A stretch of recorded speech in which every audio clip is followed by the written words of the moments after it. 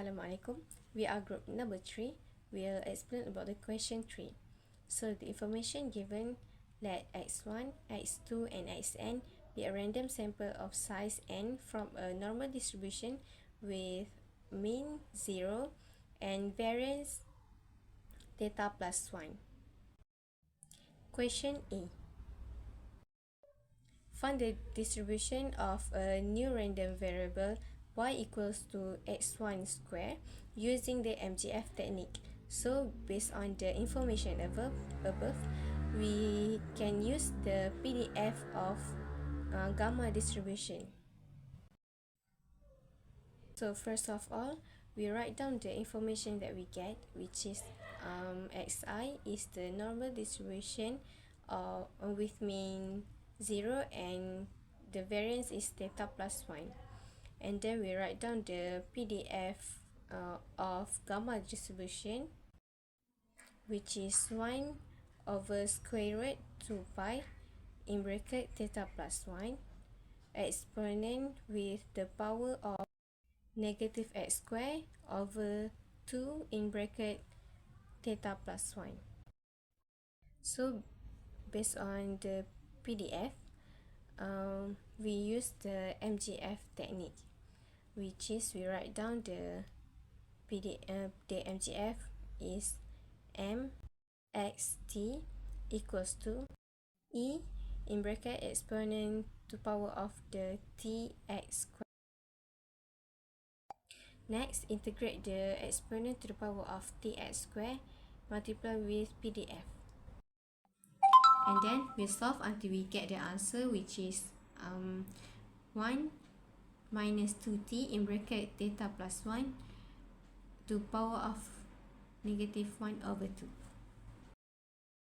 Now we proceed to question B. The question asks to use the result in A to find the distribution of a new random W equal to sum of xi squared over theta plus 1. Hence, state the distribution of the value and its corresponding parameter. Let's begin with the basic definition of MGF, which is MWT equal to expected exponential to the power of T and W. Now, we substitute W equal to sum of xi squared over theta plus 1 into the MGF. The next step is rearranging the terms. T and the denominator theta plus 1 are both constant with respect to the summation, so they can be grouped together. After the arrangement, the exponent becomes t over theta plus 1 and the sum of xi squared is written out as x1 squared plus x2 squared plus xn squared. Next, we need to expand the the power of t over theta plus 1 with x1 squared multiplied by the power of t over theta plus 1 with x2 squared and the power of t over theta plus 1 with xn squared. Next step, we will change our expected to the MGF.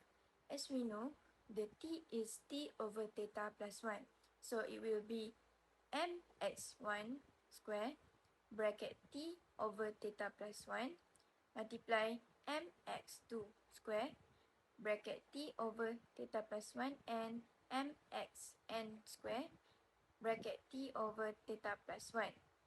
Then, from the previous question, which is question A, our MGF is 1 minus 2t bracket theta plus 1 to the power negative 1 over 2. So, we will substitute it in mx1 square, mx2 square and mxn square. Then simplify by cancel out the theta plus 1. After simplify, we get our MGF equal to 1 minus 2t to the power of negative 1 over 2 multiply 1 minus 2t to the power of negative 1 over 2 and 1 minus 2t to the power of negative 1 over 2. So, we will get our MGF equal to 1 minus 2t power of negative n over 2. And our sampling distribution gonna be W follows chi-square with n degree of freedom. Let's move on to the next question, which is question C. Reasonably construct confidence interval for data.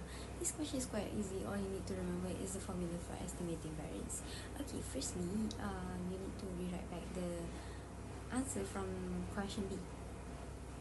Okay, from this, we need to substitute the W with the W given in the question. Now, since we are asked to find confidence interval for data, we need to isolate data. So, in order to do that, we have to remain only data in the middle. Hence, firstly, we need to divide everything with sum of xi squared. Okay, after dividing, we need to inverse the inequality since we want to remove the 1 on the numerator. So, with that, we're going to be left with theta plus 1. Okay, since we only want theta, we have to remove the 1 by subtracting 1 on both sides and also in the middle. So we're going to get theta only. Finally, we are going to get the final answer for question C.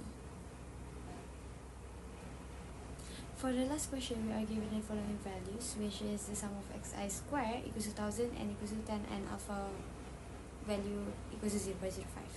Since this question based on part C, we already have the general form for the confidence interval for data.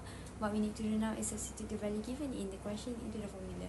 So we simply plug in the sum of xi squared equals to 1000 and the appropriate value for the chi-square distribution based on the degree of freedom, the alpha value equals to 0.5.